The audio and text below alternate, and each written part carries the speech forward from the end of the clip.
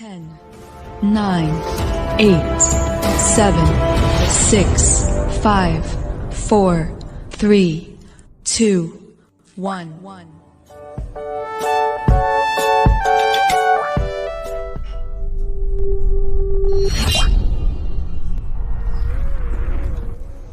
Assalamualaikum warahmatullahi wabarakatuh. Selamat datang kembali pada channel YouTube Firmansyah Sanusi pada pembelajaran sejarah peminatan di kelas 11 IPS. Pada pertemuan kali ini kita akan melanjutkan pembahasan kita yang ada di bab 4 tentang revolusi-revolusi besar dunia dan pengaruhnya bagi kehidupan masa kini. Adapun judul materi yang akan kita bahas pada pertemuan kali ini terkait dengan revolusi Rusia. Nah, baik, langsung saja kita akan membahas tentang revolusi Rusia. Namun sebelum itu, kita harus terlebih dahulu mengetahui tentang negara Rusia itu sendiri. Federasi Rusia, umumnya disebut Rusia, adalah sebuah negara berdaulat yang membentang dengan luas di sebelah timur Eropa dan utara Asia, dengan wilayah seluas 17.125.200 km persegi. Rusia adalah negara terluas di dunia. Wilayahnya mencakup 1/8 luas di daratan bumi. Penduduknya menduduki peringkat ke-9 terbanyak di dunia dengan jumlah sekitar 146 juta jiwa. Wilayahnya membentang sepanjang Asia Utara dan sebagian Eropa Timur. Adapun Rusia memiliki 11 zona waktu dan wilayahnya terdiri dari berbagai tipe lingkungan dan tanah, yakni dari barat laut sampai ke tenggara. Nah, selanjutnya kemudian, apa sih yang dimaksud dengan revolusi Rusia? Mungkin kita tidak terlalu asing mendengar istilah kata proletariat. Nah, proletariat ini merupakan salah satu istilah yang muncul pasca terjadinya revolusi Rusia pada tahun 1917. Proletariat ini merupakan istilah yang mengacu pada kelas masyarakat bawah yang hidup secara pas-pasan, yang terdiri dari kelompok buruh dan pekerja. Nah, ternyata revolusi Rusia ini salah satu penggeraknya adalah kaum proletariat ini, di mana mereka berhasil menumbangkan kekaisaran besar Rusia yang terkenal kejam dan bengis, bahkan yang ditakuti di Eropa. Jadi apa sih sebenarnya revolusi Rusia itu? Revolusi Rusia itu merupakan sebuah gerakan politik radikal yang ingin mengubah tatanan pemerintah dan masyarakat Rusia dari monarki absolut menjadi republik sosialis. Kemudian revolusi Rusia ini terjadi pada tahun 1917 yang terjadi dalam 2 tahap, yaitu tahap pertama pada bulan Februari dan tahap kedua pada bulan Oktober. Selanjutnya, apa yang menyebabkan revolusi Rusia pada tahun 1917? Ada beberapa faktor yang menyebabkan terjadinya revolusi Rusia pada waktu itu. Yang pertama, ada faktor intern atau faktor dari dalam yang sebagai berikut.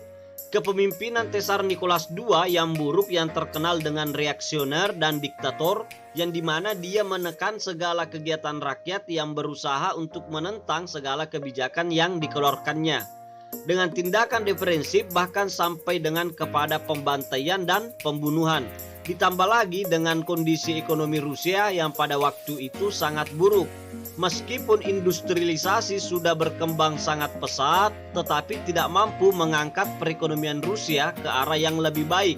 Hal ini disebabkan karena pemerintah sebagai pelaksana perekonomian memanfaatkan hasil dari industrialisasi hanya untuk kepentingan semata dan kepentingan kaum elit bangsawan.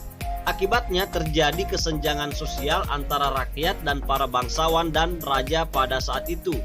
Kehidupan para bangsawan yang ikut dalam kemewahan pada waktu itu, sementara para rakyat yang terutama terdiri dari atas kaum buruh dan petani hidup dalam kemiskinan.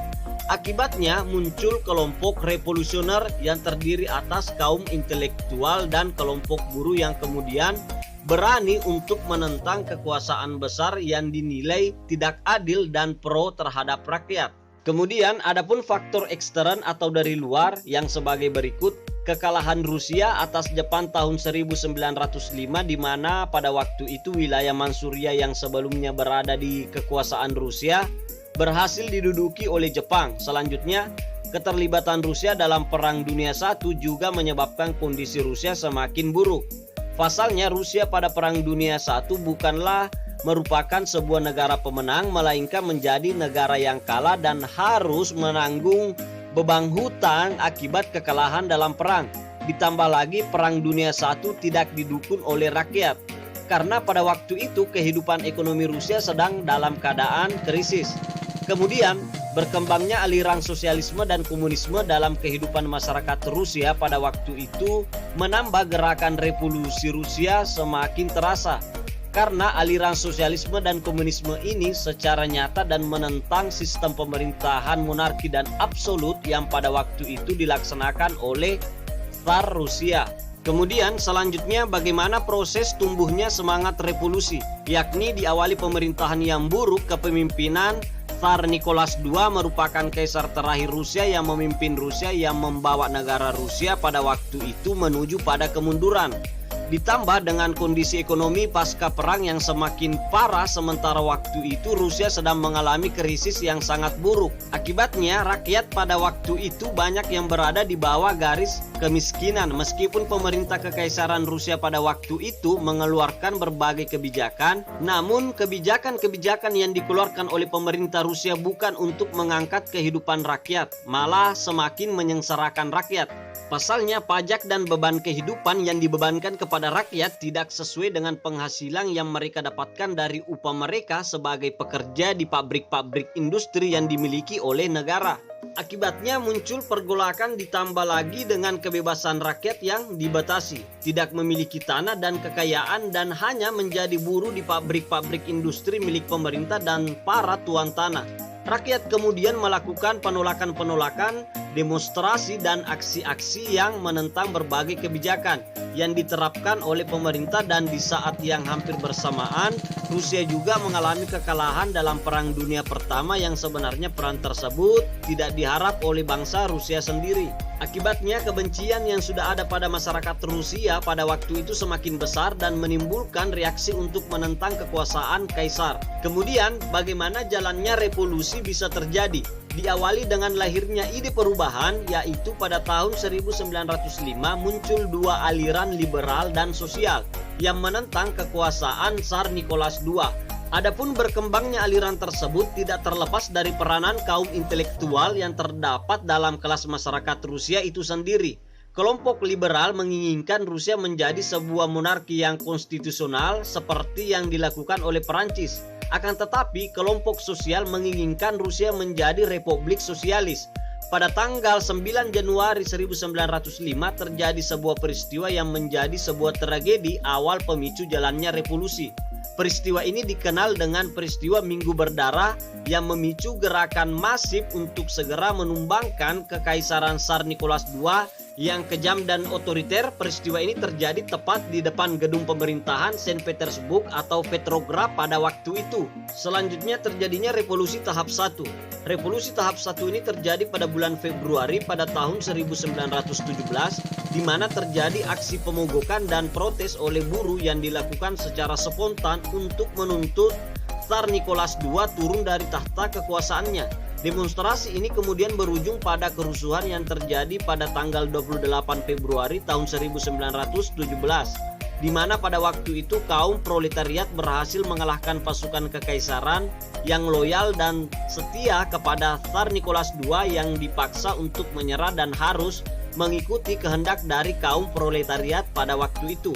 Akibatnya Tsar Nicholas II harus turun dari jabatannya sebagai kaisar Rusia yang terakhir dan pemerintahan diambil alih oleh pemerintahan sementara atau profesional di bawah kepemimpinan Alexander Kerensky, yaitu seorang sosial yang merupakan pemimpin faksi Menshevik. Namun pemerintahan ini tidak berlangsung lama, yaitu hanya antara bulan Maret sampai bulan Oktober 1917. Kemudian selanjutnya Revolusi II dan lahirnya Uni Soviet. Pada bulan Maret tahun 1917 ketika terjadi revolusi tahap pertama, Lenin kembali ke Rusia dengan bantuan Jerman setelah mendengar kejatuhan dari dinasti Romanov. Pada bulan Mei 1917, Leon Trotsky yang merupakan partner Lenin dalam faksi Menshevik juga kembali dari pengasingannya di Siberia. Lenin dan Bolshevik kemudian menarik diri dari pemerintahan koalisi nasional di bawah pimpinan Alexander Kerensky dan mengumumkan program-program yang lebih radikal sesuai dengan cita-cita awal pelaksanaan revolusi, yaitu menghapuskan monarki. Lenin menganggap bahwasanya pemerintahan Kerensky tidak jauh berbeda dengan Tsar Nicholas II, di mana mereka tetap ingin mempertahankan kekuasaan monarki dengan mengatasnamakan konstitusional sebagai tameng untuk menjalankan dan melaksanakan pemerintahan.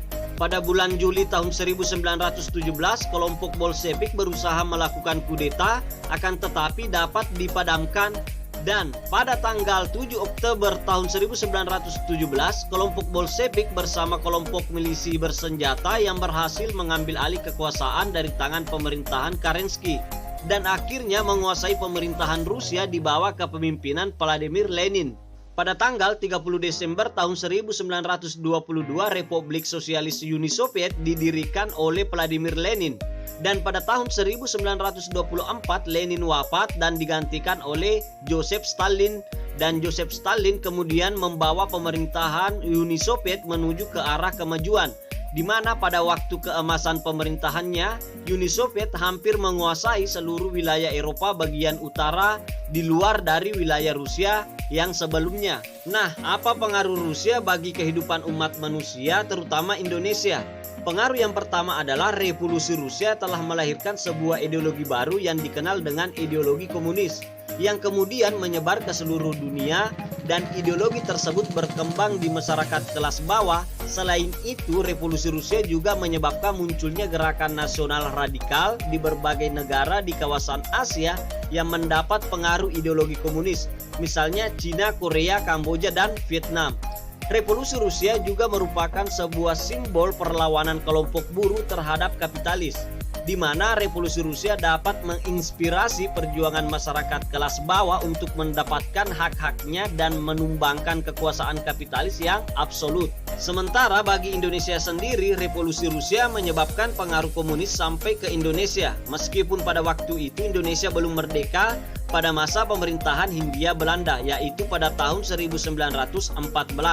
Seorang berkebangsaan Belanda, Hans de Vliet, kemudian mendirikan ISDP yang merupakan cikal bakal berkembangnya komunis di Indonesia.